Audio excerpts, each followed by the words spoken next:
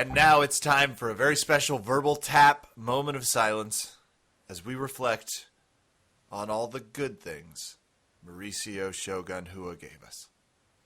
I'm called for. And that means it's time for Verbal Tap, the show that proves fighting is way easier from outside the cage. I'm your host, Kevin Phillips. With me, the man I was tweeting back and forth with, laughing both virtually and in real life, Raph Esparza. Raph, how are you doing this evening? I'm good. I'm not appreciating whatever you're doing with the Shogun what? thing. Oh, it's come just on. in bad taste. It's not in bad taste. We got a lot. Hey, let's talk about it right up front. But that was probably the last time we'll see Mauricio Shogun Hua in the cage. We don't know that. He has some thinking to do.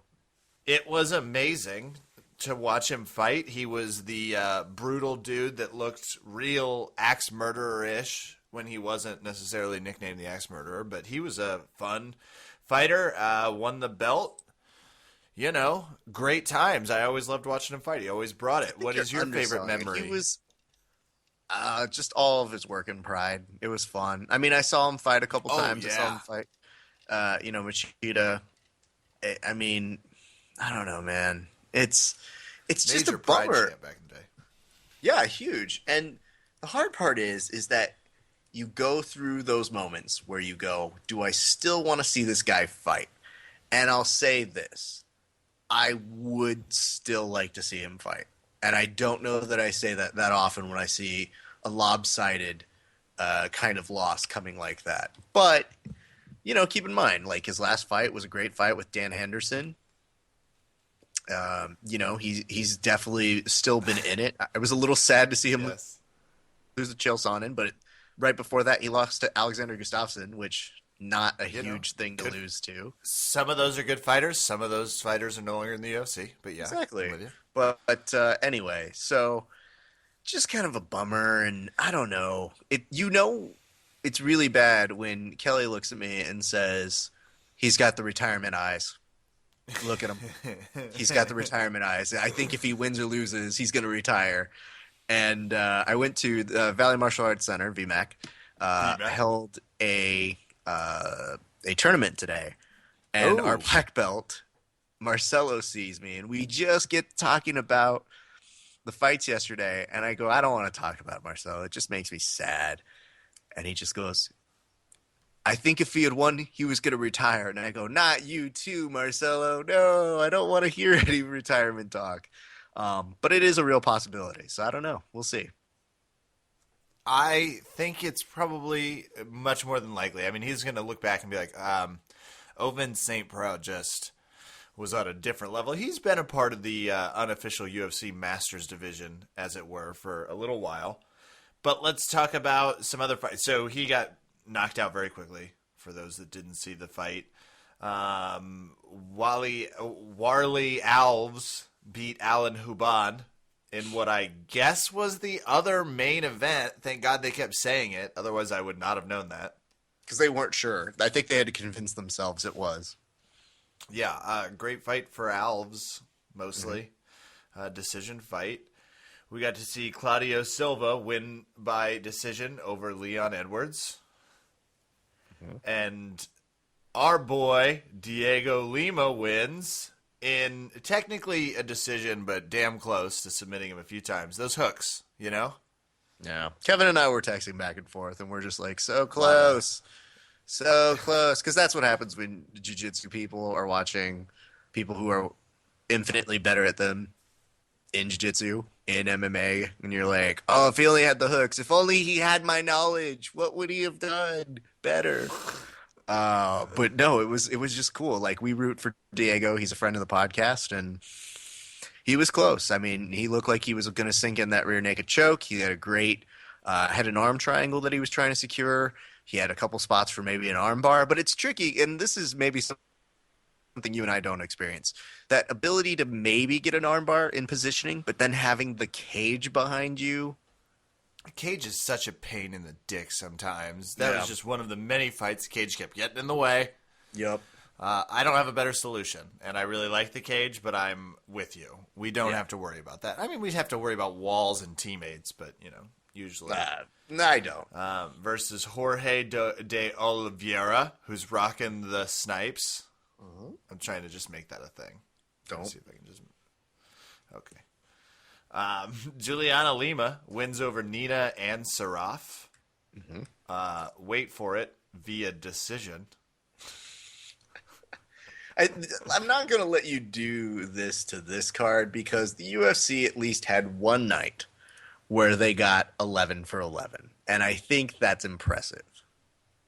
That's true. That is true. And that almost makes up for, who was it?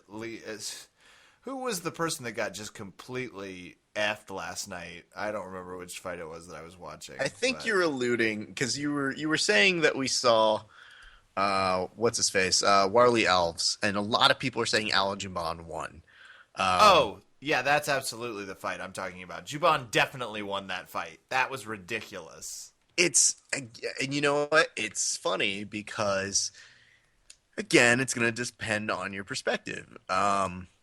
Warley was 100% the aggressor in the first 30 seconds.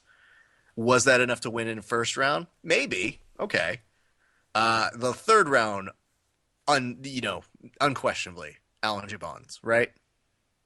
Yeah, unquestionably. Okay.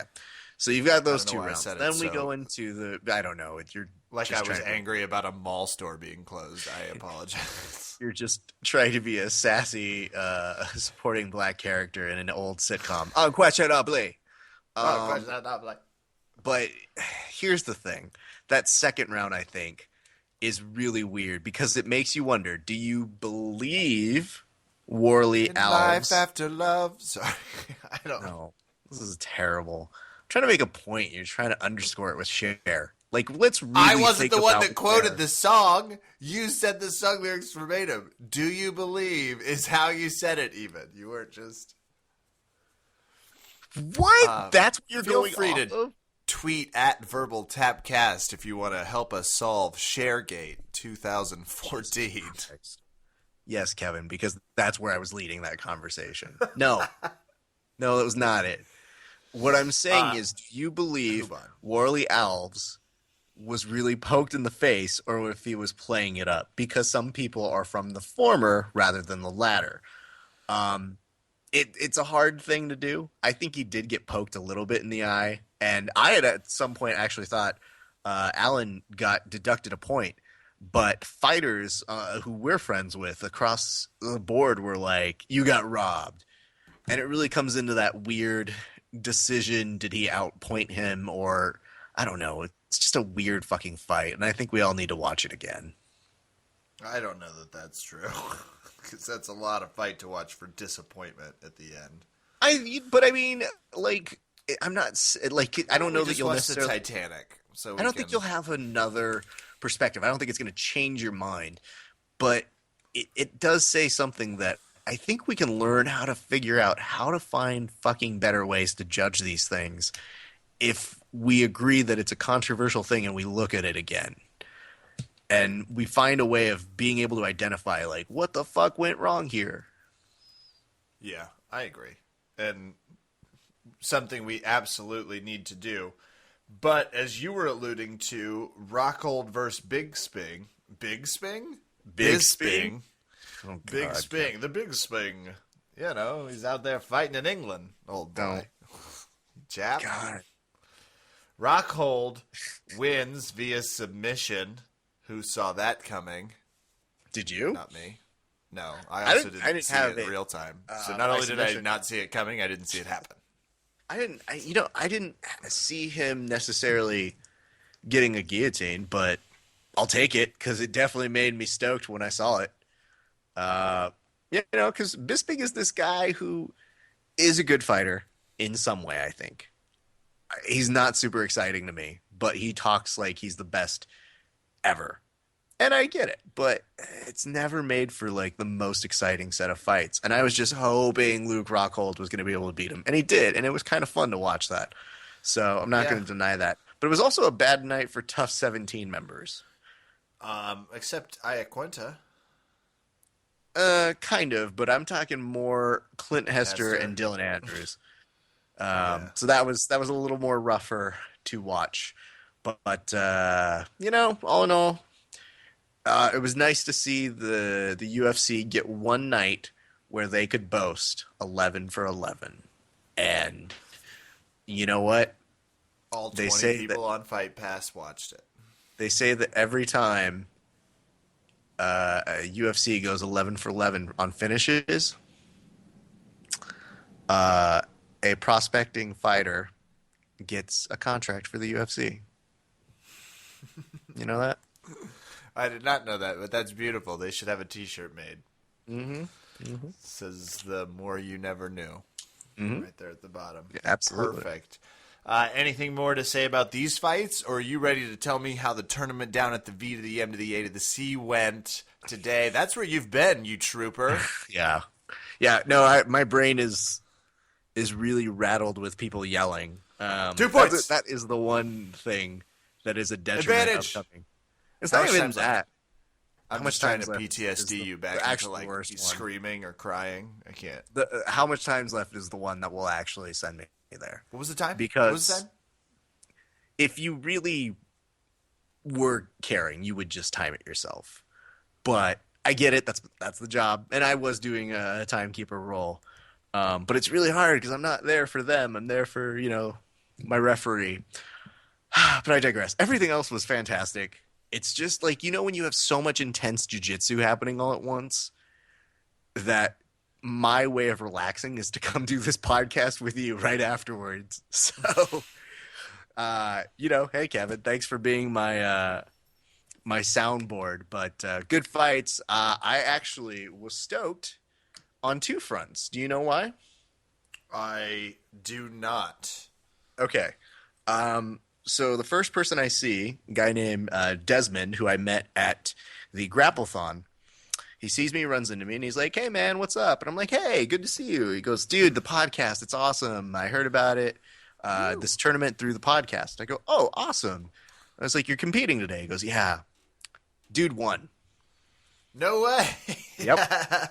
And you're welcome. Yeah, obviously. For the no part we played in that, except telling you that it existed. But I think we take full credit, right? Aware of it if you weren't already 12 times aware of it from the many people we all know. But here nor there. Either way. Not it was very nice because we went to go do medals, and as we're handing it to them, people are taking photos, and he looks at me and he's like, "Oh, I don't need a photo with them. I need a photo with Roth." And I was like, "Please don't say that. You actually did something of substance by winning this tournament. I've done zero things of substance other than make sure you were called to the mat. And even that could be a struggle. So let me just tell you something. How else would they know, Raph? Yeah, I know. You're the true hero. But he was great. However, conversely, one dude who I was helping bracket because I was wearing my Verbal Tap t-shirt. Yeah. He loses. And he looks at me and in the most good-natured way possible goes, "Oh, man, I should have never come. I'll never trust that podcast I heard it from again." And I was like, "No, don't say that." And he just, he said it in such a funny way that I was so destroyed. I wanted to burst into tears laughing, so that was hysterical. But all in all, really great competition. I love seeing people be good sports. I think probably the best thing was between a guy named Eric and Desmond is they had decided no wrist locks would be allowed, and Desmond was kind of working for a wrist lock, but both he and his opponent, he sees him kind of going for it, like Desmond's kind of moving for the wrist lock, and he just goes, "That's not allowed," and they both kind of it's cool. High five. And that's the kind of thing that makes a long day like this where you get those good moments and you see stuff. So my thanks to everybody who participated. It was cool to get to talk to some of you guys. I'm sorry I didn't get to talk to everybody because timekeeping and whatnot. But Kev asked me how long the event took. How long did the event take? Started at 11, finished by 2:30. Shut the fucking front door. And I'm not just talking that. I'm talking by 3 p.m., the mats were mopped, everything was cleaned up, and we were going home. Wow. Impressive work. That's just well done. That's a well-oiled and well-run machine. I should also mention how we had we had 3 blue belt super fights as well. So I would say super fights. Was that? Yeah. Oh, Some of our friends, yeah. Some of our friends cool. came and did some super fights, and it was really cool because, this whole community is really, really fun and exciting. So I think everybody had a good time. It seemed really low key, and it was awesome. So good to see everybody. I can't wait to see everybody at another tournament again. Well, speaking of tournament jiu-jitsu, up on the podcast today we have Garry the Lion Killer Tonon. Does he do competitive jiu-jitsu? Last I checked, I believe he does. Okay. Is he any good I'll- at it, though? Jury's out on that. Like, he's young, so we'll see. If he's really good, he'll still be this good in 22 years or double his span, you know. Like, Absolutely. I don't think we know enough to measure him. That's for damn sure. Yeah. But before that, we're also going to do a little over-under the Kevmeister here. It gets really sad when you refer to yourself like that. I agree. So let's just go ahead and get to the show. Let's do it. 2 points! How much time was left? How much time? Not enough time. Shut up.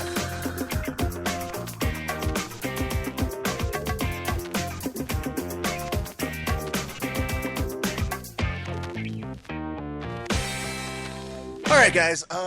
Like I said, working the tournament today was a lot of fun. But Kev, I can't do it alone. No, you've never been able to do anything alone. How dare you? including First of all, UFC that's podcasting. not- Sorry. I could actually do the show entirely by myself. And you have. Now that I say it out loud, I was like, oh no, you have covered it. Sorry. Go on. It's okay. Uninterrupted niceness and pleasantries back. But today I actually had a good referee to my scorekeeper, and I decided what better way to do over under Kevin than to have that referee from today's whiteout at Valley Martial Arts Center come and take on Kevin in over under Kevin. This is great. So hold on. Before you say who it is, I love that you brought someone that is qualified enough to referee matches. That's really hard. So that would scare me normally. But you're telling me he's been doing it all day? He has been doing this all day, yes. Then I can only presume whoever you're about to introduce has mental fatigue. Boom. I'm set. Here's the problem, though, Kevin. His mental fatigue is about your normal. So, Well, at least it's 50-50 then, as opposed to the 70-30 it normally. well, let's not waste any more time. Let's bring on our friend, Alex Perez, from Jean-Jacques Machado Academy out in Tarzana. How are you doing today, Alex? Hey, how's it going, guys? I'm doing great. Dude, it's Alex. good to have you back on, and I'm so glad that Alex agreed to do this because, yeah, he has had a rough day. He's had some people yell at him about, questionable points, whether they're deserved or not, because that's what happens at tournaments. Am I not wrong on this? Oh, God. Oh, yeah, all day. What was the, craziest thing someone yelled at you? Because I always love when they're they go completely nuts about something that could not be more false. Like the most illicit group of points. It's like a clear sweep, and they're like, that's 5 points. You're like, no, why would that be 5? What was the craziest thing someone yelled? I mean, the craziest thing was a guy was yelling 2 points for about a minute for a takedown scramble that happened maybe, at the very beginning of the match. All he kept screaming was 2 points, 2 points, 2 points. Hey, ref, 2 points. Takedown, ref, 2 points. Guys are already they just went through a whole bunch of transitions. Let it go. It's bad when Alex has to pull the Disney, come on, just Frozen yourself. What? Let it go, man. Let it go. He starts playing it on his iPhone. He's like, I'm not giving him the points. Fuck you. Now I'm playing Let It Go. I'm not even paying attention. I hope he's losing. But Alex, there's many reasons why it actually is great that you're on this installment of Over Under Kevin. Are you familiar with how many times Kevin has lost at this game? I'm going to go ahead and say all but one, maybe? Oh, that's really close. He actually won a second one last time. So Kevin is on a rare winning streak right now. Yeah, I don't want to brag, but I think it's a combination of discipline, training, those luminosity exercises I've been doing. I'm feeling sharp. Are you scared, Alex? Not even remotely, really. I mean, it's not a full move or anything, so I think I'll be all right. 2 points. 2 points. Takedown. It's going to be my chair. I don't know. You know, Alex, it sounds like Kevin's stalling here, don't you think? I'm sorry, one more time? Don't you? It sounds like Kevin's stalling, wouldn't you say? Oh, yeah, easily. I think that's, how he does his jiu-jitsu, too, probably. 100%. Don't make this personal. Let's get... Oh, it's going to get very personal. I think we win. Well, you know what, guys? Let's not waste any more time. Let's go straight to our installment of Over Under Kevin. And now it's time for the thrilling installment of Over Under Kevin. All right, gentlemen, just to review the rules so that we're all aware, because sometimes Kevin needs the refresher as well. The rules are very simple. We're going to go down each freaking fight on this card. You will each get 15 seconds to say who you think will win. If I so feel the need, I will give you time for rebuttal to whatever time I feel like. And basically, it's going to be best out of 9. I think there's 9 fights on this one. So does that make sense to you guys? Absolutely. Let's do it. All right. Kev, any last encouraging words to yourself that you want to say? Just ride the train, Phillips. You've been killing it. You are killing it. You won that last one. You're going to do it again. Okay. Well, let's ride the train. Kevin Phillips is now Quad City DJing himself. For those of you who like that reference, go back to 1995. And ride it, bow, bow. That was a good year for music. But let's go straight to our first match. And I actually want to start with Alex. Normally we start with Kevin, but let's start with Alex on this one. Because this is a match between Alejandro Perez versus Jose Alberto Quinones. Go. Oh, I'm definitely going with Alejandro Perez because that's actually my full name. So right away, that's a winning name. You can't go wrong. That, and I know he's got a stiff arm for some knocking out of the Ultimate Fighter fight. I saw him just, nail a nice, clean, straight right that dropped the guy. Okay. Well, let's slow down on the real analysis there, Betty. Got it. It's getting a little technical here, and we don't know how to do that. Kev, are you afraid that you have an opponent with the name, not just like Raf or Raphael? Like now you're facing somebody who's sharing the exact name in Over Under Kevin. Go. I am pretty nervous about that. Yeah, I got to tell you, I didn't like the Omen when I found out that was who was on the show. I didn't like the Omen when you said his name and let him go first. I don't like it at all. Bad karma. Do you have a pick? Yeah, I'm going to go with, obviously, Jose Quinones El Teco, because he qualifies in a game I like to call hipster or gang member. That's what look he's got going on, so that's who I'm picking. Let's pause that and we'll come back to it. Alex, do you feel any slightedness by Kevin? Do you feel that he's making a mistake just going with somebody who's not your name? That's a definitely 10-4 there. You don't go against Alejandro Perez. I mean, the name alone. That's terrifying. I never saw it happening like this when I realized that he had the same name as somebody who was fighting. Kev, terrified? 15 on the clock, go. Super terrified. Soups. Not the first. He's also El Diablito, as mentioned. He's insane. But again, I'm sticking with my Brooklyn fighter / Mexican drug cartel smuggler, Quinones. God damn it. Come on. Yeah, what? You can't say those things. No, I can. I'm fine. Come on. All right, Kev, you're going to lead us off on this one. It is Enrique Briones versus Guido Canetti. This is a fake name, obviously. I've called this the bro match, obviously. I think this one has the greatest chance to be over a former lover. That might be why they're fighting. I'm going with Guido Ninja Canetti. That's such a fake name. It can't be a real name. Yeah, it cannot be a real name. I don't know what to do with it. 15 on the clock for Alex.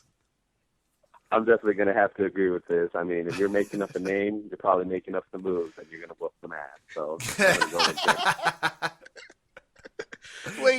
You know what? I don't even need to have you two talk shit to each other. I just want 15 seconds from Kevin on this name.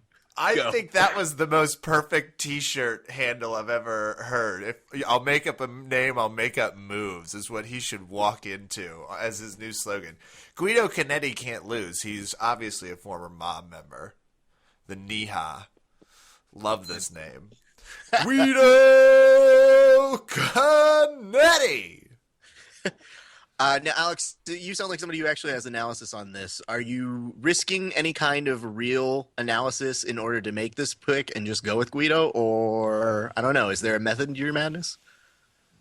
The only method that I have is unpredictability. Again, that's what I'm basing it purely on. Is this guy can make up a name, I'm sure he's going to be ready on the fly for whatever comes his way. Okay. All right. I like it. I like what you're putting down here. All right, Alex, we're going to stick with you, and let's go to our next fight, which is Ricardo Lamas versus Dennis Bermudez. 15 on the clock. Go. I'm going to go with Ricardo Lamas on this one. I'm a big fan of his. I mean, he had a tough fight against Aldo, but I definitely think Dennis Bermudez isn't ready yet. Ooh, whoa. He's not ready yet. Kev, is he? Oh, the menace is ready, baby. Dennis Bermudez is going to tear his way through that koi tattoo he's got tattooed on his left arm. This is going to be a good one. And you can get Bermudez at a nice 115. So good gambling bet. Kev, how many times do we have to tell you?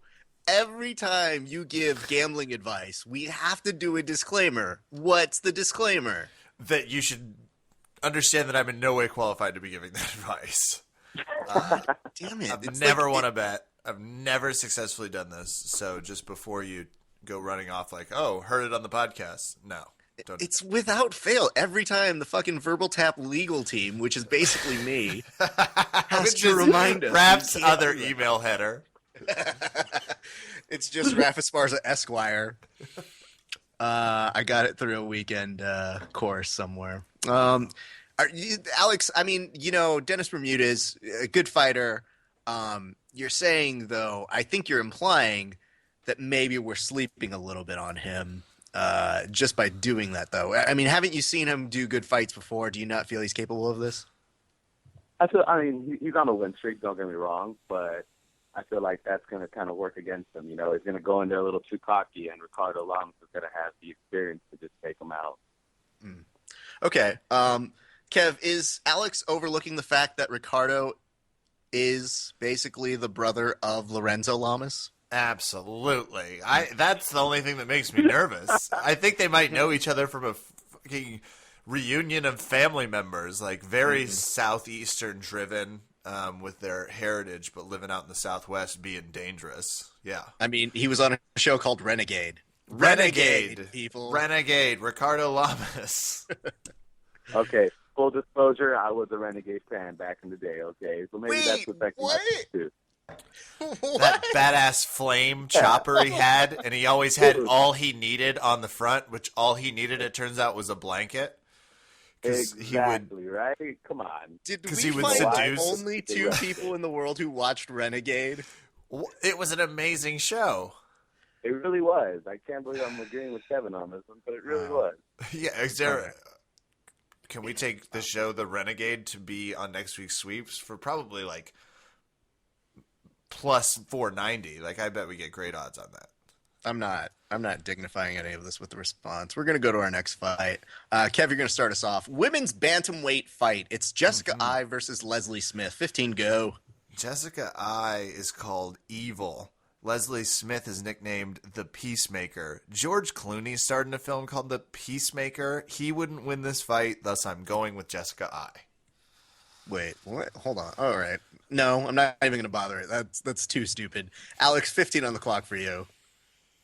I'm going to have to agree. Jessica I is a monster. She did an impressive standing triangle, which I haven't seen anybody finish before. So I'm definitely going to go with her. That's fine. I'm going to stop here and go back to Kevin. Kevin, the Peacemaker? Really? That's what you're going off of on this? That was true or false, Raph. George Clooney was in that movie. He's in that movie. True or false? He's not an MMA Why fighter. would you ever drag George Clooney into a negative conversation on this podcast? I think you need to talk to Leslie Smith. It's not my nickname that drug George Clooney into this. It's hers. George Clooney is never going to invite us to the fucking villa if you keep this shit up, Kevin. Well, yeah. That's the only thing standing between us. I just need to stop talking shit, and we'll get that invite that he promises. So. All right. Screw that noise. Let's go over... Alex, you're going to do this one. A welterweight fight. Augusto Montano versus Chris Heatherly. 15 go. Augusto Montano, I'm going to assume he just changed his last name from Montana because he didn't want anybody to know. He is related to the real Tony Montana, so I'm going to go ahead and go with him because he's got the co-connection. Kev, 15 on the clock. So but I want you to do... Hold on. He's going for... Montano? Yes. Before you do your analysis, I just want to put 15 on the clock. I'll give you 20 seconds because I want you to do your best Tony Montana impression. Go. Say hello to my little friend. Oh my God. Worth it. Absolutely worth it. It was worse than how I heard it in my head. I didn't think that was possible. It took a real leprechaun turn at the end that I don't know what happened. Woo! Okay, I'm resetting your time. Just 10 seconds. Go. I'm going with Chris Heatherly because Augusto Montano is named Dodger, and that would make Raph happy if they said the Dodger wins. So I'm going with Chris Heatherly, who's nicknamed Stump. And that'll make no one happy when they say the Stump won. So, Stump. Okay, that's, I guess. Alex, scale of 1 to 10. Kevin's Tony Montana impression. Is -12 an answer? Absolutely. That's just -30 because holy shit. Well, Kev, what is your response to that? He just needs to be feared about what kind of animal. I don't even know who I'm being. I don't have any real good, I was about to try and give the speech from near the pool. Mm-hmm. I was getting all hyped up, but I completely lost track of the words. Is that Christopher Walken in Scarface? Yes. It was a Christopher Walken interpretation on Scarface. Okay, good. Christopher Walken playing Al Pacino playing little Scarface. Friend. Yeah. Wow, even that's terrible. Jesus Christ, Kevin. For the sake of your own, self-respect. Let me see if I can do Oprah. Say hello to my little friend. You get a friend. You get a friend. That's a little better. Okay. But, we'll talk impressions off air, Kev. Next fight, just to save your dignity. The thing is, I was trying to segue to save your dignity, and the words that came out of your mouth were, let me do my Oprah impression. So, yeah. I'll just have to edit that out of the podcast. That's fine. 2 or 3. I have a backup edit of it, so I'll make sure that makes air. Happy 100, Verbal Tap fans. Let's go to our next fight. Kev, you've got this one. It's Edgar Garcia versus Hector Urbina. Yeah, I'm going with Urbina because he's actually from the US of A, if you count Florida as the US of A, which I kind of do, and anyone from Florida is going to fight well because they're going to be so happy to be out of Florida. Okay. Stamped it. Okay. Hector Urbina. Kev does not like Florida. That's pretty well present. No one likes Florida. No one likes Florida. He's just even people who live in Florida actually hate Florida. But that's hey, if you're listening from Florida, we love you. Alex, Florida. 15 on the clock. Who do you have? I'm gonna go for Edgar Garcia. I definitely think if you're fighting from somebody from Florida, they might as well just give you a W. Jesus. Wow. He doesn't have to take his SATs. He just has to take it to win a fight. Kev, do me a favor. 15 on the clock. Just do your best Florida jokes. Well, Florida exists to make Mississippi seem like it's got some sort of optimism. I presume Republicans go there because they get confused while they're trying to leave the country and no one corrects them. So they just stick around. And that's why they have such a divisive political committee. We're going to have to work on your card catalog of jokes you have for Florida. It's Florida, Kevin. Come on. Let me ask you this, Alex. Am I right on this? Was Hector on The Ultimate Fighter recently? That is correct. Yes. Okay. Do you think that helps or hinders him in this fight? 15 go. I definitely think it helps them, but it's not going to be enough. Again, I mean, you can't ignore the fact that you're from Florida and you're going to lose. I tried so hard to get this conversation out of Florida.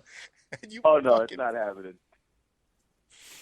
Oh, God damn it. All right, I'm pulling myself back together. Keep it together, host. Alex, do me a favor. Did I give you some headphones over there? I'm sorry, one more time, Rap? Yeah, do you have some headphones? Just put on those earmuffs I gave you real quick. Oh, got it. Okay. Okay, thanks. Hey, Kev? Yeah. You're not doing bad here. I was going to say, I presumed you're putting the earmuffs on so you can compliment me and my exquisite analysis. Thank you, Raph. I appreciate it. No. I mean, you weren't doing bad up until this point, but you're going to fuck it up from here on out. So what I'm saying I'm be fine. I'm in the zone. I did some cocaine. Don't I fucking read lose Joe here. Rogan's book. I'm fine. Cocaine. Dumb. What am I, Can't even Kennedy? do a good I would never. Tony Montana impression. Keep consistent in your jokes. We have the biggest drug cartel person reference, and you don't even continue that joke. I'm done. Earmuffs back off. Candy. Okay, and I'm back. How did you hear that, Alex? That was really wow. The timing of that just couldn't have feel been it. better. You guys have clearly been working together all day. You have synchronicity that's. We have it That's it. down packed. You can basically give me a nod, and I go 3 points. Okay, 2 points. I don't know. Blue, red. I don't care. Guys, let's go to this. Alex, you're going to get us on this next fight, which is Jake Ellenberger versus Kelvin Gastelum. Go. Ooh, this one's a tough pick, man. I'm going to go ahead and go for Jake Ellenberg on it, only because I'm a big fan of his. I know he's coming off some losses, but I'm staying hopeful with him. Okay. Kev, are we overlooking the Ultimate Fighter winner? I mean, Kelvin was not on an easy season. Do you think Alex is forgetting that? Go. I think he's forgetting that. I also think he's forgetting how good he's looked in his last 3 or 4 fights. I actually agree that I like Jake Ellenberger, but Kelvin Gastelum's going to win this fight, and I have to pick him after what he has done to his last 3 opponents now. He's absolutely destroyed everyone. All right. Kelvin All Gastelum. right. Alex, any second thoughts here? Are you sure you don't want to come back to the Gastelum side? Absolutely not. I'm Team Jake Ellenberger all the way. I got a lot of hope. Okay. Kev? I can't believe that I'm just going to be getting free money on this win. Kelvin Gastelum is a vicious, and Jake Ellenberger, I just don't think he's going to be athletically able to hang in with Kelvin. It's funny you mentioned free money because there's no actual monetary bets that we make on this show. But this is right about the time when I like to tell our guest that, yes, we do normally have a bet that accompanies this. Now, you don't need to think about it now. We've got 2 more fights to go through, Alex. But I want you to start thinking about what bet you would like to make with Kevin when you win, should you win. Got it. Okay, great. Kev, have you thought about what you want from him? Yeah, I've been thinking about it. Okay. All right. Let's go ahead and go with Alex on this one. And it's going to be a fight between Marco Beltran versus Marlon Vera. Go. Marco. Sorry, go ahead. I'm sorry. No, yeah. I was going for Marco as well. Definitely, that's going to be my pick for this one. I'm not too familiar with him, but I've seen some good things out of Marco Beltran. Okay. Kev, 15, go. Yeah, plus Beltran's the better looking guy, which is what I was about to accidentally say. I was like, Marco Beltran's who you want on the poster. Yeah, sure, accidentally. So I'm going to go with him because, I got to stick with my fellow good looking bro, Ref. Alex, you've seen pictures of Kevin. Can you assess how good looking he is, scale 1 to 10? No, -12 is not an answer. Okay, then -13 it is. Oh, someone's being awfully clever. Man, Awfully the best part about this, Kevin, is you've fallen for it twice now. It's only your fault. I don't see a problem. Well, We've got more fights. Plow through. Be a professional. Plow through. Jesus Christ. Don't tell me how to do my job. I don't tell you how to fucking make stupid picks. I tell you how to do your job. Let's go ahead and do this, guys. I'm giving you both 20 seconds on the clock to give me who you think will win in the interim championship bout between Fabricio Verdum and Mark Hunt. Kev, you are going to start us off. 20 on the clock, go. I gotta go with Mark Hunt, which is great because he's plus 380 and I can win some money. Super Samoan is going to come back story his way to this interim heavyweight title, and he's going to knock Fabricio Verdum out. Okay, let's go over to Alex. Alex, who do you have on this? Oh, I got Fabricio Verdum all the way, man. If you look at Mark Hunt's loss record, he's getting tapped out left and right, and Verdum's a fucking wicked beast on the ground. He took out one of my personal heroes. I mean, Fedor Emelianenko, crying out loud. The guy is a submission machine down there, and I don't think Hunt's going to have enough on the ground for him. I Alex, respect Howard. I got to cut you off here. Do you feel that that's clouding your judgment? Like, you beat my friend, I will never support you kind of thing right now? No, I'm totally supporting Verdum, actually. No, okay. I'm all for it. But you can't let that guy who beat your friend, the emperor, You know what? if you would. No? Okay. You know, Yeah. enough time has passed. I've learned to be the bigger person, and and just and root for the better fighter, which is going to be Verdum in this fight. Definitely. Okay. All right. That's mighty big of you, Kev. How petty are you in this? I'm very petty. Like, very. I am positive I'm going to win. I'm positive Mark Hunt is the choice, and I'm positive Verdum is the wrong one. Okay, and I would like to point out, actually, both of these answers are wrong. The real answer should have been Joaquin Dos Santos, but oops. No, guys, I will say this. This is interesting. I think it's a shame that we don't get Kane on this Mexico-themed card, that they suddenly really. don't have the biggest Mexican star that they could muster. Crush it. But let me ask you this, though. Kev, do you feel that with Mark Hunt, that it's just a puncher's chance that you're going off of, or is there something that you're not seeing? Because it looks like Fabricio just has more options to end this fight. Without question, and hey, Mark Hunt, free advice. Keep it off the ground, for the love of fuck's sake. I'm mostly going off of, I'm choosing striking, and then he's learned to, I'm picking the evolution of Mark Hunt over what I think is the past prime of Fabricio Verdum. And Alex, I'll ask you about this real quick.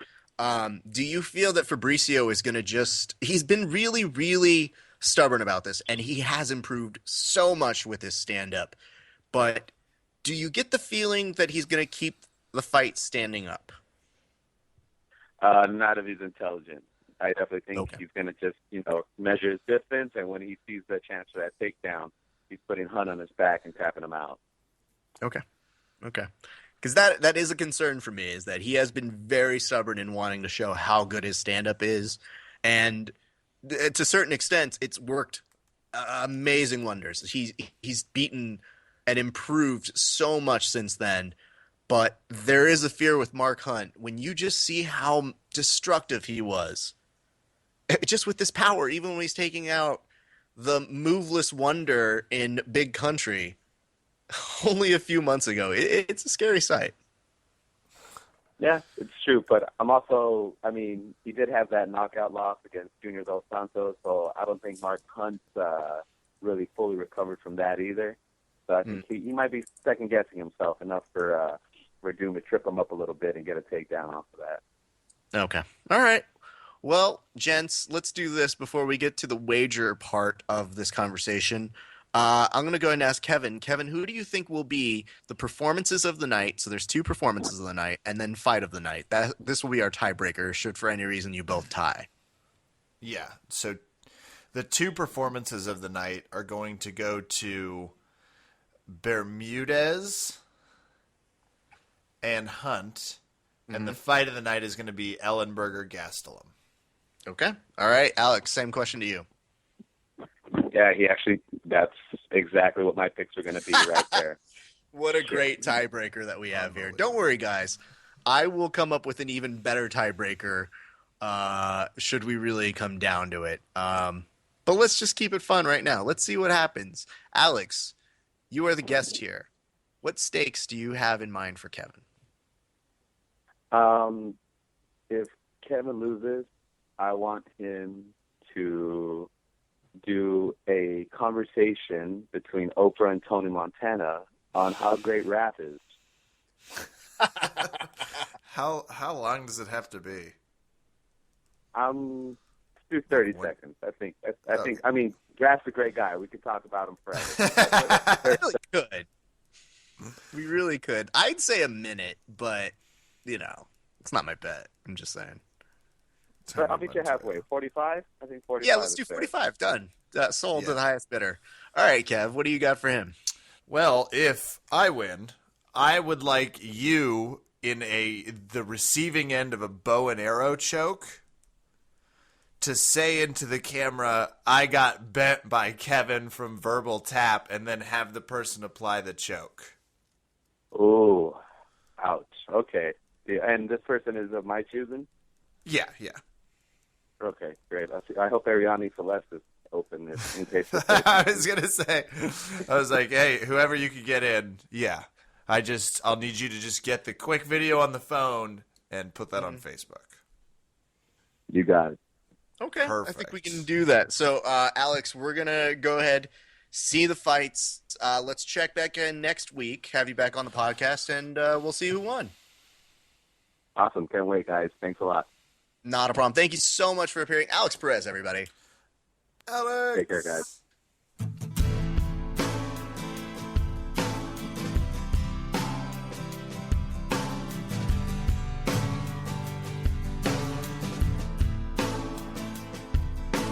Verbal Tap fans, Raph and I have already been geeking out, probably more than we should have, about Metamoris 5, November 22nd. But we have Garry, the Lion Killer Tonon. Garry, you just fought at Metamoris 4. Now you're fighting at Metamoris 5. Raph and I want to know, why are you being so greedy with the Metamoris fights? Well, I spent all the money from Metamoris 4, so I'm coming back for more. Absolutely. The truth is, he has a new rash guard lineup. I spent it all on burgers. Oh, perfect. Yeah. Yeah, okay, Kev, I'm going to take this right here. Garry, what the shit, man? Tell me that they're doing a different Metamoris take on you, because two things about this. One, I think you're infinitely more interesting than this guy eats burgers all day. Look at him. And number two, are you serious? Like, are you kidding me with the amount of burgers that you eat? Not fair in life. Screw you. And the fucking metabolism horse you rode in on, because that shit's just offensive to me. I grew fatter just watching you eat food and then destroying people at Metamoris. Talk about that, please. Well, originally, the reason I think I put that in there, I probably wouldn't have, highlighted that. But, I watched Braulio and Adolfo's videos because they were, the same, they were produced by the same guy that was producing my video. And he's like, hey, take a look just so you see, what I've done before. And, I watched their videos, and both of them are talking about how they, eat twigs and berries all day. And I was like, are you kidding me? These guys are, the biggest guys in jiu-jitsu, especially Adolfo. I was like, you telling me this guy eats grass and berries all day? I was like, there's no way, So I was like, let's get real for this one. So we started, that's when the whole burger concept got in there. But, yeah, I don't eat, the crazy healthiest diet or anything, but, I definitely don't just eat mad cheeseburgers all day. I eat pretty much what I want, though, out of necessity, because I just train so much. So I'm not going to deny I don't have the best eating habits. Literally made it seem as if you finish training and then you go to your nearest fast food restaurant, which happened to be Five Guys. So actually, that did happen. That did happen. That was all that happens pretty frequently. We do our morning training at 8 a.m. Train till and then do some drilling till probably 10:30, and Five Guys doesn't open up till 11. So we do our drilling, take a shower, jump over to Five Guys, get a burger, come back for the 1:30 class. We'll probably take a nap in between, and then It's a problem when you know what time it opens and Yeah. you work your schedule around It's that. really it's built in. Yeah, well, we camp out there sometimes a little bit. The get there a diversity little of early. that episode, because Rule out the window. I've seen both your Metamoris videos, and the most recent one, that first one though, you have to be the first person to do the rings of fitness. Have John Danaher describe your game slowly into the camera, and then get Five Guys worked in. You have to be the first fighter to ever have accomplished those. For two sure, things. for sure. Has I was Five hoping Guys we're sent going. you anything? We're going for unique here. What's that? Like, has Five Guys sent you anything? Was that the angle you were working No, for I there? really think we should send him some sort of pack. I'm literally tagged at least once a day in somebody's Five Guys post, hashtag Garry Tonon diet. The funny thing is I used to have one of my instructors, or one of my students that teaches at my school. I used to give him crap for posting pictures of McDonald's and stuff. Because just to be like, hey man, eat it on your own time, but you know what I mean? You're teaching at the school, I don't want people seeing that, and then it just kind of blew up, and so now I'm that persona now, so I really can't hide it anymore. I used to yell at him for doing stuff like that, and now I'm doing it. I would for sure be lying too if I didn't say I have had Five Guys since then, because I always watch his videos 2 or 3 times. It's just jujitsu nerd gold. And each time it's like, God, that fucking burger looks fantastic. So I have a standing deal with the In-N-Out burger over here. This is how you can tell we're regionally different. The In-N-Out burger I have over here, they know if they've seen me, I've had a good night of training. And they've also learned to look into my soul and be like, did you really have a good night of training? But did you? You deserve this. a little free shake sample they slide across. No, Garry, we should talk business. You're fighting on Metamoris 5. We're stoked. Obviously, you're fighting on it because your Metamoris 4 fight was exciting. You tornado guarded your way into a really, fantastic deep guillotine. You've called it. Well, I keep referring to it as a deep guillotine. I've heard it also referred to as almost like a front headlock. You submitted Kit Dale. It was really fun. You're fighting Metamoris 5. You're fighting Zach Maxwell. It's a no-gi match, yes? Yes, sir. What are you expecting from Zach Maxwell? What can we expect from you that'll kind of take our breath away again? Well, I hear that he's pretty good at omoplatas, so I'll probably get submitted in omoplata in the first 30 seconds. That's my guess. That's where I'm placing my bet. Hold on, is that the first 30? I'm a gambler, so I'm just trying to get that noted. Any insider tip I can take? Yeah, but no, I think a lot of things that he is strong at, I probably for instance, omoplatas.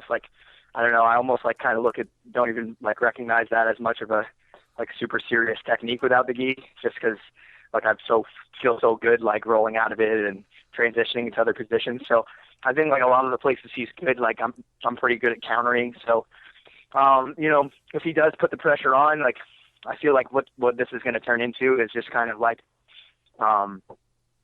me escaping some sort of submission and then coming up into an advantageous position to attack, either whether it's legs or, trying to chase his back. So I think that's kind of what's going to happen with this one, is just in the transition, I'm probably going to gain a leg up on him. I don't see it going past 5 minutes, personally. I think that this is going to be a quick one again. It's going to be a rarity for you. No disrespect to Zach or anything. I just, watching his match, I just don't feel he's very submission oriented. Absolutely, and it's a rarity for you to be any sort of size advantage over an opponent, or even to be near the same size. You are normally fighting, in a case absolutely of Kid Dale. It seems like you've been fighting a lot of bigger fighters. So yeah. I mean, they always ask me if I, if I care about the weight class and stuff, and I usually just respond no.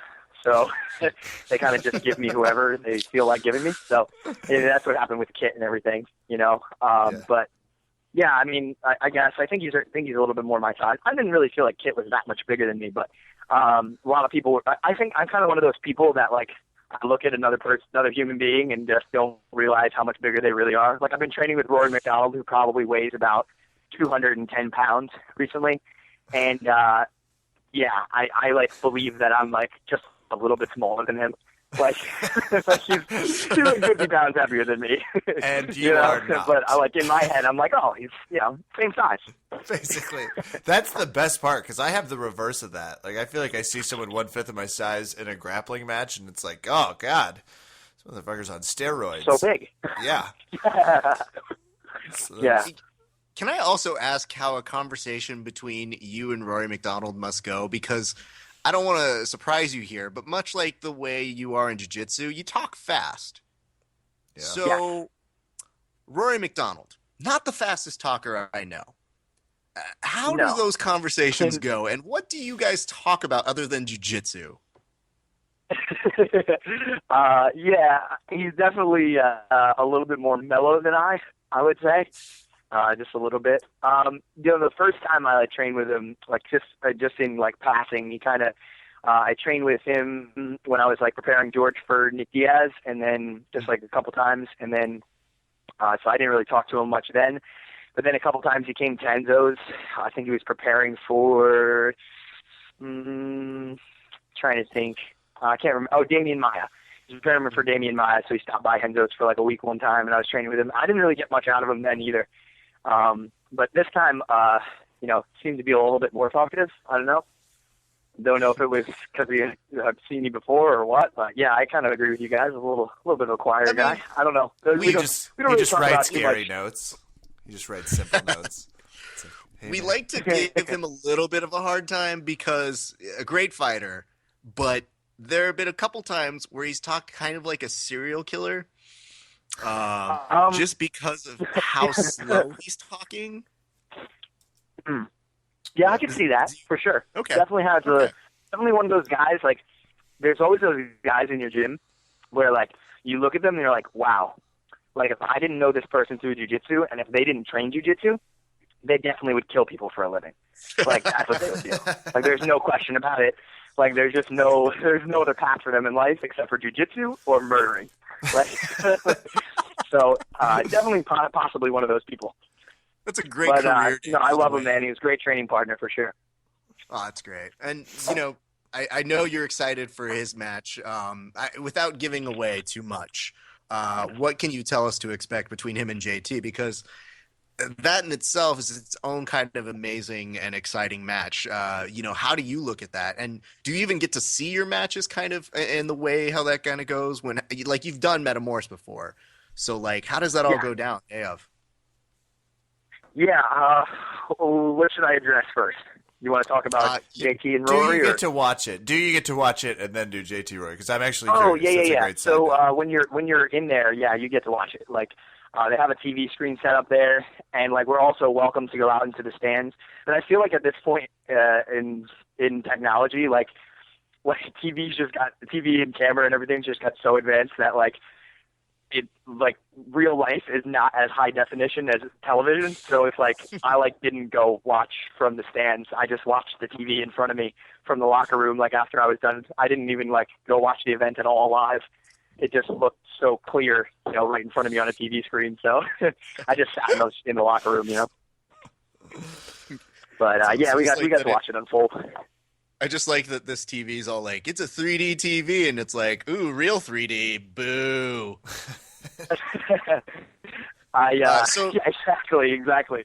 Pretty much every fight that I go to, I end up doing the same thing. You just look at the TV screen, even when I was had good seats. If that's the case, what are you expecting from JT's game? Because I feel like, all of the great things that you've been doing and helping Rory get ready for his MMA fights with the jiu-jitsu background, I feel this is almost one of those things. Are you replicating JT's game in, training? Is that kind of something you get to do to lend for him now? John... Sorry, I didn't mean to interrupt you. My bad. But I think that's why John asked me to come out. He just kind of said, hey, Rory's going to be in town training. Do you want to come up and help him out? You gotta, you're not the same as as JT, but you do similar styles and body types and stuff like that. So yeah, I mean, that's definitely one of the things I was trying. I didn't really, watch tape of JT and then try to emulate that in training. It's just too difficult to do, to kind of mimic somebody else's style. But yeah, I think what's going to happen in this match, I think people don't probably take for granted a couple different things. I think they're probably going to take for granted the size difference between the two of them. Like I said, I feel like I'm Rory's size, but I'm definitely not. And JT's even smaller than me. So he's big, he's strong. And I don't think people realize how good his jiu-jitsu really is. Maybe not like, maybe he's not like winning ADCC or anything like that, but, the guy's got a solid game. It's not like he's somebody to fall asleep on. So it's going to be like a tough fight for JT for sure. He's gonna have his hands full, and I think if I had to guess, I think it might turn out a draw. But if it doesn't turn out a draw, I could possibly see Rory pulling this one off. I think it's going to be really hard for JT unless like Rory gets really tired and JT finds a way to get to his back while he's really tired. That's the only way I see this kind of going in JT's favor as opposed to a draw. I don't know. Most people would probably feel differently. Just, this whole idea of like MMA fighters not having jiu-jitsu, I think is pretty rampant in the jiu-jitsu community. They pretty much believe that. So fascinating. And what do you think Rory's doing to catch up? Because, you certainly have to introduce him to concepts like the Berimbolo and just different newer concepts that don't always apply MMA wise. Or do you disagree with that? Do you think he's ready? What's the Berimbolo? That's I heard it was like, how do I was trying to total nervous moment where it was like, how am I going to explain this to a black belt that's obviously like, how do I even be nice or funny about it? And it was like, I'm just going to give up. I'm going to go into my protective. I'm turtling up. I'm podcast turtling up. Stop it, Kevin. Stop it. I just like the idea of when you understand jiu-jitsu, the things, it's just so much easier to understand. I did want to ask you this because you bring up a nice thing in mentioning MMA. At the end of the last Metamoris, when you did your post-fight interview, you mentioned that you're up for fighting Crone in MMA, and okay, you mentioned the idea that it's cool in jiu-jitsu, but also in MMA, maybe, possibly, I don't know. Do you want to clear that up because we're confused? Oh yeah, sure. So like the whole idea was like, I just kind of felt like Kron had no intentions of ever fighting me again. Like I don't know unless he does ADCC again. I don't think he has any real intentions of fighting me or any reason to. So I just kind of said that in the sense that like, if we can't get like some sort of a super fight together, then I guess it'll just have to be, at some point, hopefully our MMA careers will cross. I haven't really started any serious training with mixed martial arts, but it's definitely in the plans. I'm going to be starting after this Metamoris a little bit more consistently with some striking training and some grapple boxing and stuff like that. So I think look for it in the future, not the too near future in terms of like MMA and stuff, but definitely after the next Abu Dhabi, I think, you probably see a little bit from me in that realm. Okay, because you're a crazy human being. I think we've established that very well. You can hear it in his voice, too, like everyone absolutely. can. It's like, he's got that thing that it's like, okay, a little crazier, a little more straight. But for us and our purposes, when you say, like, because you don't give a shit, you're like, I'll fight you jiu-jitsu, MMA, cool, whatever, I don't even train all that much in MMA. Let's do it right now. What, you want to go?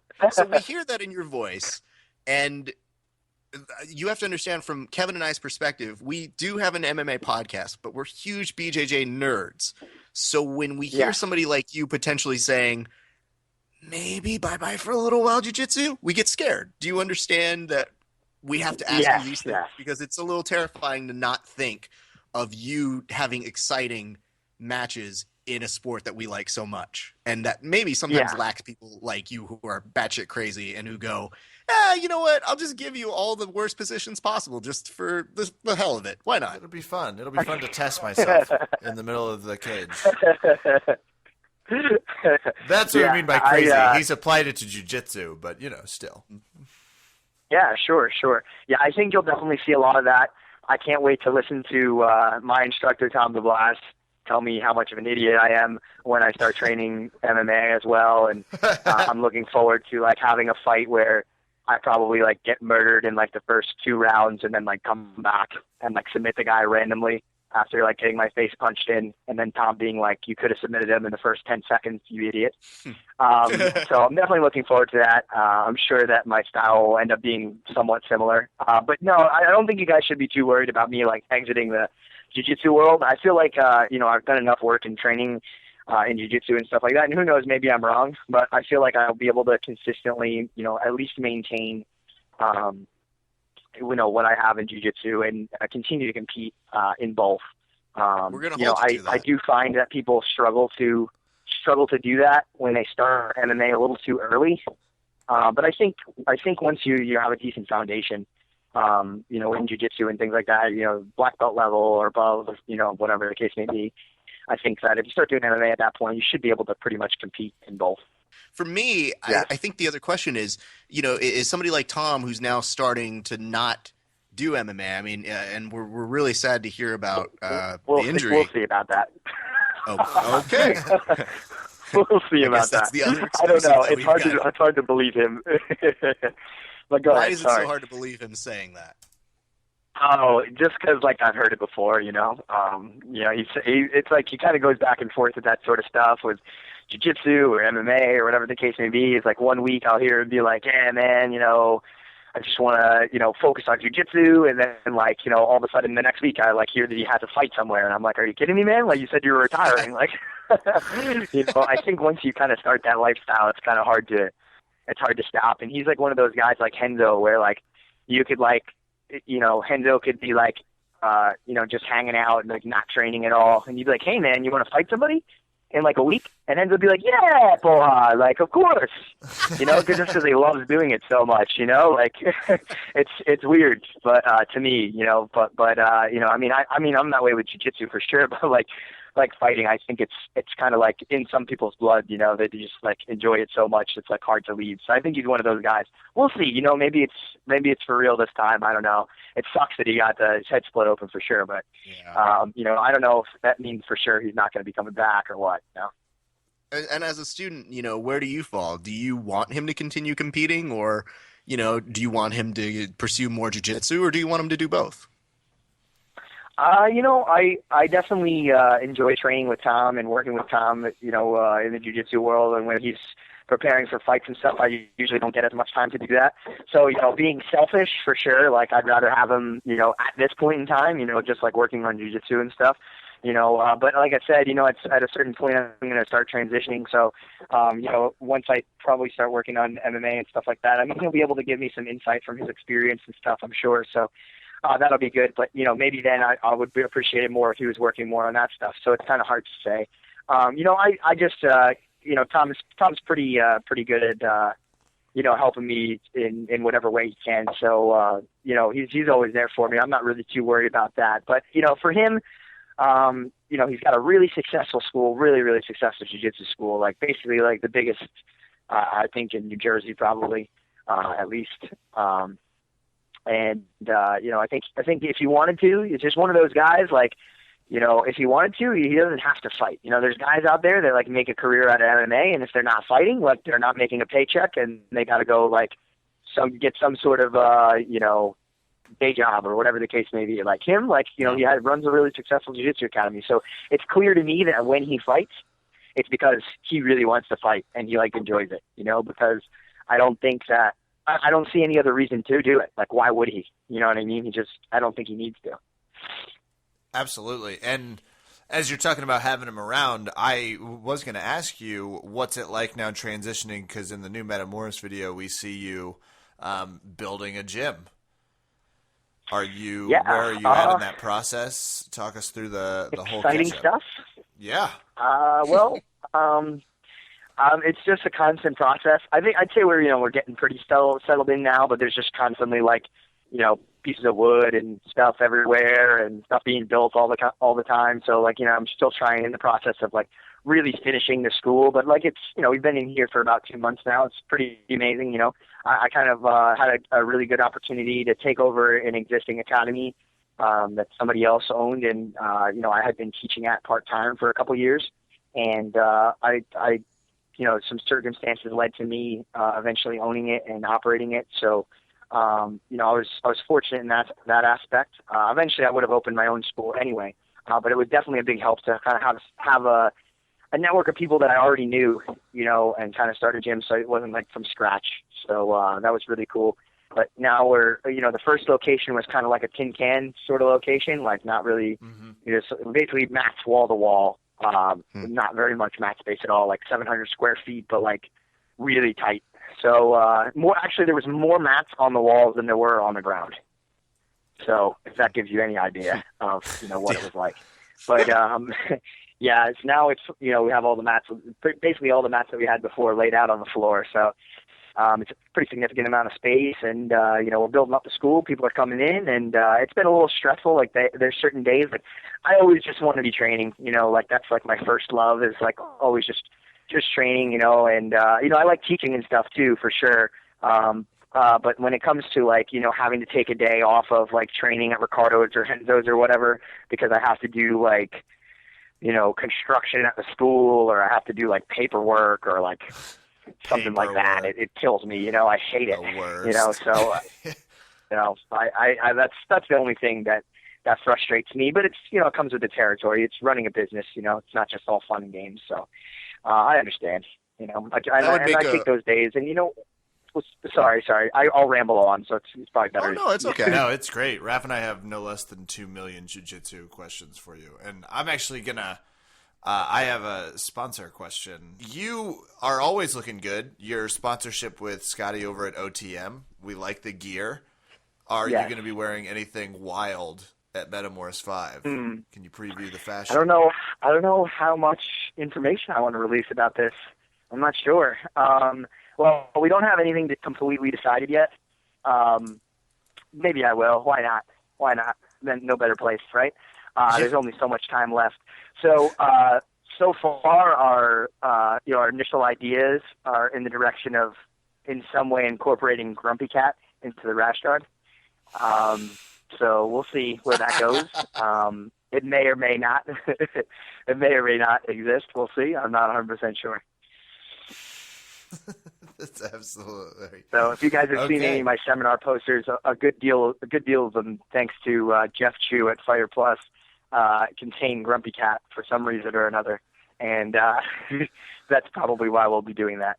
I mean, give that man a raise, first of all, because I know I've never seen multiple tinier versions of you wearing Tom Cruise risky business glasses, staring at you like, "Hey, you coming to my seminar or what?" They're pretty amazing. Our whole idea was kind of like, and I mean, this is kind of my strategy with everything. Basically, like everybody has a seminar poster. Like them standing there holding their belts like they're, Superman with like a stern face, and then like how many world championships they've won or whatever the case may be. But like I've never remembered any of those seminar posters. Like to me, it's just all in a collage of crappy seminar posters that are what they are. It's just like you see it, and like if you were interested in going, whatever. But the whole idea with these is to just be different and like, oh wow, like I remember that. I remember that poster. Like wow, that was really. You want to leave some sort of an impression. Crazy impression as it may be. I'm just looking to try and trying to reach out for that. At least something. It's actually something we learned in. I took some business classes when I was in school, and one of the marketing strategies was it was called like the purple cow strategy, which was basically like if you're driving down the side of the road, and I don't know what kind of areas you guys live in, but like it's not too uncommon to drive down the side of the road in certain areas here and like see a cow on the side of the road. No big deal. You wouldn't tell anybody about that. You'd be like, wow, cow. Drive around the side of the road and you see a purple cow on the other hand. Now that's something to talk about. That's something to tell people about. So that's sort of the strategy we're shooting for there. Get a little bit more attention towards those posters and me and my name and everything like that. So he does a really good job, Jeff, with incorporating that strategy, I think. Man, what a true testament to that New Jersey education system out there. I've taken many classes in my life, and I've never. Well, you know what? That's not true. I've heard of a variation of it, but yeah, Golden Cow, they'll definitely get some attention. So, yeah, that's kind of where our heads are at, and I think it works. I think it works. Yeah. I think it achieves its purpose. Now, I know you bring up Golden Cow, and I have to ask because I'm part terrified, and Okay. You should be. we're not afraid of laying our own Golden Cow here. Between myself and Kevin and maybe a couple other of our friends, we do a little show called Around the Mat. It's come to my attention. You are familiar with what we've done, yes, right? Wait, what was that? You're familiar with what we've done. With the video for Metamoris, the last one? Mm-hmm. Yes. Oh, yes. What were your thoughts? What was Do you want to kill Raph? Do you want to? Because he portrayed you I in thought such it a was silly way. amazing. Because that's okay. I thought it was Oh, thank amazing. God. I thought it was amazing. I really, I can't tell you guys enough how much I love the part where, I come in and they're like, yeah, Garry comes in with all this energy, and it just got this super serious face on it. Ralph does, and he just goes forehead to forehead with Kit while he's texting and just circles him, forehead right in his chest, with his hands behind his back. I was dying. I'm not going to lie, Gary. You're a terrifying human being on the mats, so maybe... So wait, sorry, real quick. I gotta cut you off just for a second. Go Only ahead. because the reason I came out like that, because I don't feel like I usually kind of represent that sort of persona all the time. The whole idea of being super, super serious, right before I go out to compete. But moments before I walked out there, Tom was like, let's get serious. He's like, this isn't a joke. He's like, you're gonna submit him immediately. I was like, right now. He's like, right now, let's get serious. He's like, you're gonna walk out there and do what you came here to do. And I was like, whoa. I was like, I better get serious or I'm gonna get stabbed. So I changed my persona immediately. I was kind of relaxed going out there, and then as soon as Tom said that, I was like, all right, super serious. I'm kicking my legs back like a bull, as I'm coming up there, just Sounds like Tom straight should have an face the whole advice time. column. Absolutely. Tom should start a YouTube channel called Advice with Tom. Where Well, he he's tells just the people new how it Dear is. Abby. It's like, my kids won't go to school. Well, we're going to make them. Because they don't know they're going to effing die if they don't go to school. Put your kid on. Put your kid on. 'Cause, the thing is, Gary, you're terrifying on the mats. And, when you're doing these things and you really commit to the character, it's not until midway through that you go, oh, he might see this. Yeah. Yeah, there's the really good possibility of him seeing this. And so it's a very, very funny thing to think oh my God, this terrifying human being is going to come after me with his jiu-jitsu powers. It's terrifying. It's okay. You guys picked the right people to go after for sure, because I think me and Kid have a sense of humor for sure. Some of the other guys might not. I mimicked Vinny Magalhaes, and he was very nice about it, but in a way that let me know that sometime my arm's going to hurt for that. He had a very clear, yeah, no, it's great. So I didn't actually. The funny part is maybe it's a little selfish, but I didn't even see the other ones. I'm actually really excited because I saw the preview for the one with Keenan, and it's slightly gayer version of Keenan. I'm dying, but I didn't actually remember to go and watch the other ones. I just watched mine, so I actually after we're done with this interview, I'm gonna have to look them up and watch the rest of them. Oh, don't worry, we'll send you a link. We just put up the Chael versus Galvo, and I don't want to say you guys just got finished with those. Nice. Well, okay, slow your roll, okay? We're doing it as fast as you're building a school, so I feel like we're doing it just the same rate. But no, the picture we have up there is of our buddy John Evans from BJJ Breakdown eating TRT, and by TRT I mean a TRT cookie. And he commits to the character. So, I mean, they're all fun. We did all 6. And I guess I have to ask your permission. Is it okay if we do this again? Because I'm going to do it anyway. Yeah, I know you are. So next time I should have asked me for a little bit of inside information before you did it. You could have had more material. So Chael, before he warmed up, I don't know if you guys put the video out or whatever, but like while he was warming up for like his match, he was so we were kind of like in tents in a parking lot for Metamoris. Like that was like our warm up area. We had 2 split tents, like one set of opponents in one tent and one set of opponents in the other. And like I walk outside, like because I was like talking on the phone, like telling people like how I did or whatever, and like Chael is in full like boxing robe attire with gloves on, shadow boxing in the parking lot. That was his warm up. It was amazing. My God, Gary, we are going to hire you as a consultant for the next I know. series that we do. This is fantastic. Because you can tell Gary has like a funny photo mind. Like, I'm remembering that. That's going to be a great I definitely took a few pictures of him for sure while he was doing it. I was sending it to people. I was like, look, Chael's warming up in his boxing robe. Well, Gary, let me tell you this. You're coming to my hood for Metamoris. I live out in Los Angeles. I also believe you are doing a seminar at least at Studio 54. And by Studio 54, I mean 540. So everybody calm down.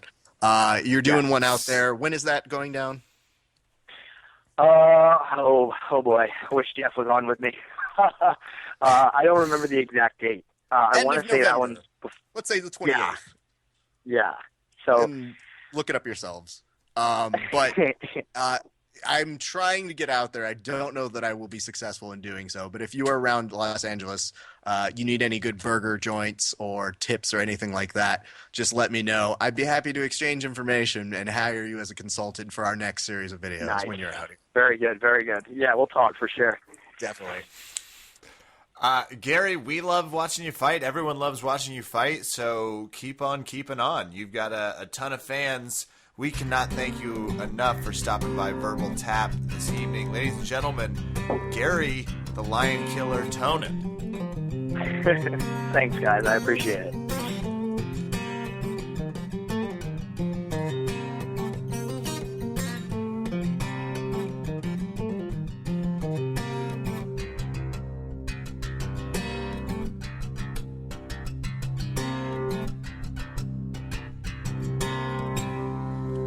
What a podcast. That Garry Tonon is a mile a minute fun, and I can't believe you had the namesake Alex Perez here to lose to me and over under Kevin. Do you really think that was a great thing to subject someone that you were refereeing with to all day? You know, the funny part about Alex is I didn't have to twist his arm too much to do this. He could just feel he was going to win. Well, I just told him, I'm like, do you want to come on the show and outpick Kevin at pay-per-view? Well, what time? In the next few hours. Yeah, I'm in. Okay, cool, do it. And so once I did that, I go, oh man, Kevin's not going to know what to do with himself when he realizes that I picked a guy whose name is also going to be appearing as a fighter in that same card. It was certainly problematic to find out. And I even remember when you were, as you were introducing him, you're like, Alex Perez. It was like, that. Was I just looking at his name? And I was. Because I had been reviewing the fights beforehand to see who I was going to pick. And it was like, ding, ding, ding, ding. We're getting closer to the day where I actually just call one of the people on the card and ask them to pick against you on their own card. I almost felt like doing it with Garry today, but I felt like that could get a little testy, though. Yeah, well, over under Metamoris. That'd be a fun. We'll have to one day, Kevin. One day. Well, that's going to do it for us today, which means it's time for some shout-outs. I will start while you gather your notes and cycle through your Rolodex of people that you need to thank, I presume. BJJ and MMA Academy, fun to get the hell beat out of me again. All day today I had that, it felt like someone had taken a rib tenderizer to me, specifically my ribs. So I was that means you were training hard, which is always nice. Tons of fun to be back. BJJ Finder, the world's premier jiu-jitsu site locator. Plus, Andrew and I are working on a little article we're going to be releasing on some fun, just having a little fun things to tease. Raph, that's going to do it for me. Awesome. Let's go ahead and start out by shouting out Valley Martial Arts Center. VMAC, VMAC, VMAC, VMAC. I will say, and I'm not joking about this, I think these are probably your best VMAC plugs you've done, and I think you wasted them both on one episode. Yeah, probably. Okay, just making sure. VMAX, such cool stuff. In addition to all the great interactions with people, I just want to shout out everybody who worked it. Like, everybody worked so hard on these, and I never mean to single anybody out, but let's single out Pam for organizing and making sure everything works really, really well. Everybody around who works at VMAC, I think we got really nice notes from people saying that they like us, and I always feel a good sense of pride whenever we host these things because we're a friendly group. We treat everybody really nice, and I was ecstatic to hear that a kid by the name of Chris, who is a friend of a friend from VMAC, he came to train with us. And super nice. He comes to train with us on Friday. He just goes, "Hey, my name's Chris. What's your name?" I'm like, "Raph." And I train with him a little bit. And he hits the sickest drop Seyanagi on me that I go, "Chris?" And he's like looking kind of nervous. And I was like, "I just want you to know that was awesome." I don't really get that happen to me a lot, but that was, I have to admit, that was pretty sick. And he was just like, "Oh, cool. I never get to do that. I never pull that off on anybody. So I'm glad you get to be the first." And I was like, well, now I'm feeling bad. But 2 minutes ago, I was feeling really good. And keep up the good work. Fun for all of us. Yes, that was a great landing. So my thanks to Chris, a super nice guy. And I hope he comes back to train with us a little bit more. I also want to thank Alex for being a good ref. Alex, obviously, on the podcast today and good. It's funny that, we have certain nonverbals that we just kind of work well together. So always a blast to get to work with him. I want to thank the guys who participated in the super fights, Octavio and Kyle, two of our toughest guys at the gym, doing some great stuff out there. So really proud of them. And everybody competed from VMAC. I just saw good stuff, and I always love when I see them doing great jiu-jitsu. And I don't get the chance to tell them all individually at one point, so I'm just doing it all as a collective, so I never have to speak of it again, and I can continue being mean to them. But, yeah, so that's some good stuff. Obviously, thanks to Mac. Thanks to our friend Hakeem Dos Santos for helping put in good words. My best friend Bobby Vung, who also put in a nice word for us to talk with Mac. And, it's kind of a rough week, Kev. Emotionally? What's good? Why is it a rough week? It's jiu-jitsu and emotions.